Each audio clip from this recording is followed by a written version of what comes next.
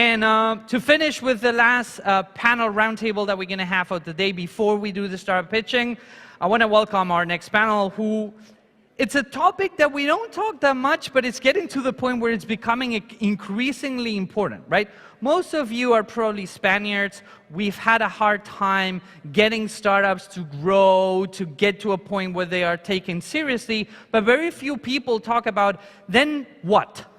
What do we do with startups when they're scale-ups? How do we take them to the larger markets? How do we exit them? How do we keep on pushing the boundaries? And to talk about that, we have our next panel. So please welcome our next speakers. First and foremost, Felipe Navillo, good friend, co-CEO and co-founder of... Oh, Felipe's not here. Okay. Nice one. So, Alvaro Verdoy, CEO of SalesLayer. Big applause for Alvaro. Come on, we can do this. Alvaro, thank you for joining.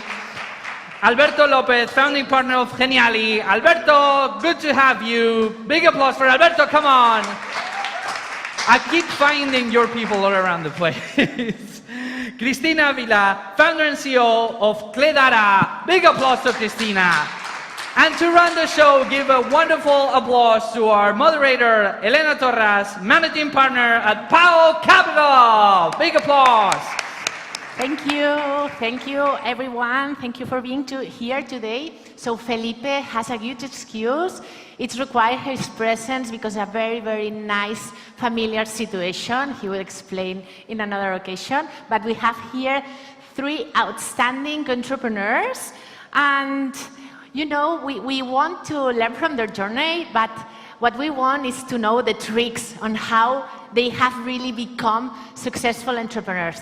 And that's how we will go through the session. We only have 25 minutes, very short to have all the takeaways, but let's go for that. So let me introduce you to Cristina Vila, co-founder of Cledara, and she has raised more than 27 million. She has a SaaS to save our spending on SaaS. So thank you, Cristina, for being here today. Thank you. And then we have Alberto López, co-founder of Geniali, a web interface to generate interactive content that has raised more than 27 million too. And one interesting thing, they are a fully remote company. Welcome, Alberto. Thank you very much. And last but not least, Alvaro Verdoy, co-founder of SalesLayer. He raised more than 30 million and has a SaaS to automatically synchronize your product catalogs. Welcome, Alvaro. Thank you very much. So let's go straight to the point. And I wanted to know, you are now a successful company. You are a referral for everyone, but did you have to pivot when you started? If yes, can you tell us what made you realize that you had to pivot, and 1 or 2 things to get to the product market fit? And if not, 1 or 2 things to get to the product market fit. So let's start with you, Cristina. Very short answers because we have few time. Yeah, so we've always known what we wanted to build, so I would say from that perspective, we've not really pivoted. What I would say was our secret there is we made sure that we put a very, very quick MVP to market to then talk to customers every single day. And I think that's how you end up really building and iterating over that product in a way that is sustainable and is something that people actually want. Thank you. And what about you?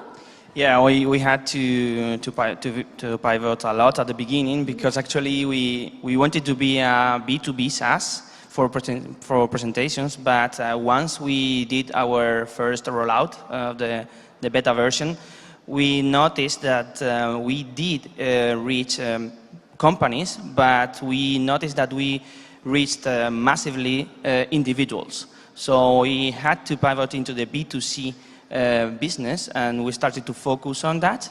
And from that point, going to the B2B. This is what we are doing in this moment. But yes, pivotation for us is crucial. As long as you are able to do some A/B testing before you launch something, I think that is important. So just for me to understand, but first you didn't do it. I didn't do the A/B testing. You just launched for the B2B, and then you listen to the market. That's right?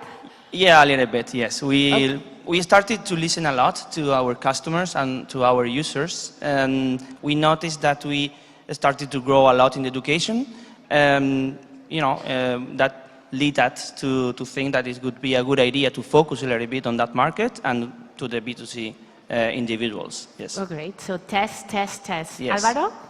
So in our case, in terms of product, we didn't pivot because we are in a market that already existed, product information management. So we had a very clear idea of what the product should be. But where we had to do a lot of adjustment and pivoting, if we can say that, is in terms of go-to-market. So the ideal customer profile, how to reach them, how to price our product, how to close more deals. And how you did that? You did A/B testing? Yes? Measuring a lot, working very hard, and taking sometimes brave decisions, because sometimes you need to break things that are already working to make something even better. Okay. So that's how we did it. Okay, so test, test, test. I have a question that I'm very intrigued about your answers is, have you ever been close to bankruptcy or really in a tough time that you didn't know if you will survive, if the company will be alive after that? And if so, can you tell us a very snapshot of the situation and the most important, any tip on how you overcome that? And if not, how you manage to not have this kind of situations? So let's start now with you. Okay, good. I think the death valley for software as a service companies like we are is when you are under 1 million of ARR. I think once you go beyond 1 million, 2 million ARR, it's very difficult to kill a SaaS company because you have a predictable revenue and you always have ways to adapt to a changing environment or if something doesn't work. In the early days, we had many moments that were, oh my God, what are going to do because things are not looking good. Especially we had two, but that were very tough. And two that happened in a moment where we were very short of money. I remember that in the early days, we had a very good partner. We were about to raise money or to ask for more money to our business angels. And we had a very good partner. We were closing a lot of cool companies with him. He was very engaged with our company, and yeah, when one day one of the employees of our solution partner called us to say that the previous day passed away. Wow. And so the company had to go through liquidation. So well, it was really difficult moment, and our investors were not believing us, thinking that this is unreal. Maybe these guys are making this up just so we feel sorry and we invest in the company. Thankfully, we were able to close an ENISA, a small loan of 60K at that time, and that allowed us to give us some more runway to recover from that because we lost some very good customers, but also the potential that we had together. And also personally, it was a very tough moment. And I'm sure during fundraising is also a tough moment. We had a moment where we had 1 week of oxygen. Basically, if we were not signing in a week, we were running out of cash. It was a 31st of July, and you know what happens in August in Spain. And one of our business angels said that, decided that was not going to sign, basically, and was asking for money to sign, basically. But well, in the end, we were able to fix the misunderstanding. But there are these moments that you really don't know what is going to happen, and especially if you run out of money. So the first thing in startups and software as a service, well, in any company, first point, never run out of money. That's the only thing that can kill you from one day to another. Yeah, wow. What's two stories, especially the first one, sad, but I'm happy that you overcome it and you're here explaining your success. So, Alberto? Yeah, in our case, it was very similar what Alvaro has said. In the very beginning, in the first phases, it is tough. It is really difficult because you don't have recurring revenue, and actually, in our case, we didn't monetize anything in the very beginning. Because we were at the beginning we wanted to be a free forever SaaS. Later we noticed that we realized that we had to earn money to get cash. No? But our problem was that in the seed phase of investment, round of investment, we started it very late. So we ran out of cash and we had to do something because we didn't have any money left. And we started to ask for money to friends and family again, because we were in the middle of the round. And the round, you know, this is a very good advice in my case, you have to start very soon the round, because the rounds will take so long time. So we got some loans from friends and family, and we reduced the cost. We started to share our office with another companies in Córdoba. We reduced our salaries, even employees, and of course the founders. We reduced it for months, even to zero. But we knew that the round was about to be closed, but it was just a matter of months. So we did it. We suffered a lot. Suffering is something that the entrepreneur has to be ready for, because it's very, setting up a company is so amazing, but during some months or some period of time, I bet you will suffer. So suffering, or going for loans, particular loans, and afterwards, finally, we reached the seed money, and now we are here. Wow, so finally it's about the people, no? So everyone was betting for your project. Yeah, the absolutely. Friends, family, the team, yourself, everyone Absolutely. reducing or putting money. It was a matter of time. Yeah. We started too late. But that's belief on yeah. the project, so Yeah, exactly. Great. And what about you, Cristina? You have stories such as the ones of them? So not like those ones, but I have to say that since very early, people told me raising money takes a long time, so make sure that you start early. And I did follow that advice. Having said that, you can never predict what's going to happen when you choose to start a fundraise. And for example, when we started with the Series A, we say, okay, we are going to start in February. That's when we know that for sure we have great metrics for it. Well, turns out that that was not the great moment to start a fundraising, because the markets decided to collapse.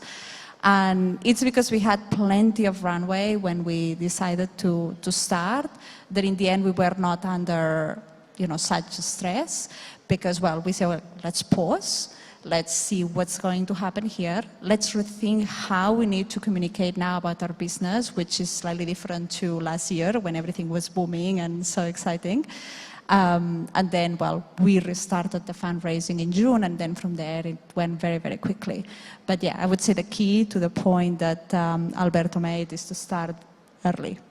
Yeah, so take note. Start when you don't need the money. That's the Exactly. the title. So another thing that it's really important, especially to arrive to the stages you are, is the people, no? And we were talking about the people. And I think we have different phases. One is when we are starting and the first team we hire, and then when we start to grow and we are not just a teeny startup, just 3 or 4, 6, but when we have a bigger company. So what would be the profiles that you think are the most important on the really, really early beginnings? Like if you only can hire one person, which is the profile you will do? And what will be this profile when you start to be a scale-up, when you have this 20 million already in the bank, and you say, okay, we are in another size of the company, what is this key profile you need for the growth of the company? So now let's, in the middle, okay. Alvaro, let's go. Well, that's a very interesting question, because I bet all of us can think different things. In my particular case, I really don't believe in stars. In people who already did it. Of course, you have to have people in your team, but we bet for people who is really willing to make their life within the company. People who is wearing your T-shirt all the time, and who is willing to work with you guys all the time and spend all the hours because they believe in the project. I think in the first phases, a junior person can be much more useful for you and much more enriching. It can enrich your team much more than a person who already did it and that the salary is really high. That's my personal opinion. Because you are going to spend a lot in salaries that maybe you are not going to make the most of it in that phases. So in my opinion, you should go for junior people who is, really, they are willing to stay with you and they are looking forward to make improvements in the product together with you. Yeah, it's my opinion. That's interesting, hungry people, no? People who want to grow in the company with you. But tell me, one profile, product, CTO. I assuming you have already the CTO, because otherwise you cannot build a tech company, but product marketing. What is this profile that you would hire? Well, in our case, since we started without any CTO, we needed. Okay, we needed a CTO, so in our case, we called a friend of us who was working in Madrid and was, really looking forward. CTO, we have 10 minutes. CTO. Let's go for the next one. Alvaro? About the hiring, I think, being short, basically the profiles that can complement better the founding team. So if in the founding team there's no one that is very strong in sales, for instance, or in tech, so probably that's what you need to prioritize in terms of hiring. I think differently in terms of junior versus senior. I think when starting, you need some people that have done it, or at least at that stage, that knows how to do it. Because if the founders are not strong in these certain areas, then going through the unknown is very difficult and you can lose time that is very valuable. But I think that depends a lot also in the industry. So for instance, we are more B2B, mid-enterprise market, and probably that's a different experience genially. So I think it depends a lot case by case. Wow, Cristina, in which side are you? In the junior one or in the senior one? I think I'm more on in the middle. Like I think you don't need senior people. I think when you're starting necessarily, you don't need very junior people. I mean, if you find them and if they're there, that's great. But I think in my case, for example, I was a solo founder when I started, and I thought, well, what is the one thing that I can definitely not do? Code. I couldn't code. So then the first person that I wanted to bring onto the team was an engineer that would code. Everything else, I can learn how to sell, I can learn how to support, I can learn how to talk to investors, and it is a very steep learning curve, and you go through those, moments where you're like, oh my God, I just don't know what I'm doing here. But then ultimately you have great communities that enable you to talk to a lot of different founders that will, help you, guide you. Investors are also a great source, have lots of conversations with them early on, and you learn what's important and what you need to focus on. Once we were already like, okay, now we know that customers are buying our product, at that point, obviously I had done the first sales. I had learned how to demo the product and how to go through all those things. But once you say, okay, this is working, then I think it's very important to hire someone that can really help you build that go-to-market function that will help you scale. And so, in our case, first was product, and then was go-to-market. I think it's very interesting what Cristina said. I think it's very valuable when the founders start doing these tasks beforehand. So selling, even if you've never sold anything, try to sell, try to do the marketing, try to do customer success. So I remember at the very beginning we were 4 in the company, and there were 3 developers and then myself. So customers were like, okay, so is the CEO doing the first call, is doing the demo, is then issuing the invoice, then is collecting the payment, is doing, so how big is this company? You could change your Do we really, exactly, do we really trust that? But then when you go to hire, you already know what you really need, what is the tricky part, how difficult it is, the job that your team is doing. So I agree with you. The early Yeah, and days, we actually, have so many it's very hats. funny what you were saying, because when we were doing, I was doing customer support, right? And well, you know, sometimes when you talk to customers, you want to make sure that you give customers a point of escalation. So it's like, well, if they're already talking to the CEO, that doesn't really work. So then I was like, all right, let's create, I'm going to be Stephanie now. Stephanie is doing customer support. Yeah, and I was oh, a let me talk lady, to the and team. also, yeah. I was a woman and a man at the same time. Through the chat, I was Alexa, and in demos, I was Alvaro. So. Exactly. Beginnings are never, never easy, and you see, you have to be all-rounder. So I have so many questions for you, but we only have 6 minutes left. So my question, let's straight go to the fundraising. I'm sure there are a lot of questions about it, but we have to one short answer. One tip to nail the fundraising. I mean, you have all raised so much funding, so one tip to nail it. When it's the best thing you've done? It's never so much.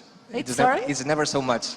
We always need more. Okay, never so much. You have already more than 27 million in the bank, never so much? Well, founders, we always need more. Anyway. Yeah, but you have to be cash efficient. Yeah, definitely. If I can answer quickly, I think it's considering that fundraising is a sales process as well. So it's a funnel that goes through different stages, and learn how to perform those stages and follow the process, talk with many people, try to convince them. Once you have some people that are quite convinced, try to progress, and then the conversion will follow. And at the end, if you have one term sheet, great. If you have two, amazing. If you have three, super amazing. Epic, And more than three, you are a rock star. I was going to say the same. The more options you have, the better, because one of them will be successful and others will not. So there are not too many options. You have to have a lot of options and opportunities, and also start very soon, as we were mentioning before. Start when you don't need the money, because if you don't need the money, you are more sexy also. That's true. So I would say be ready.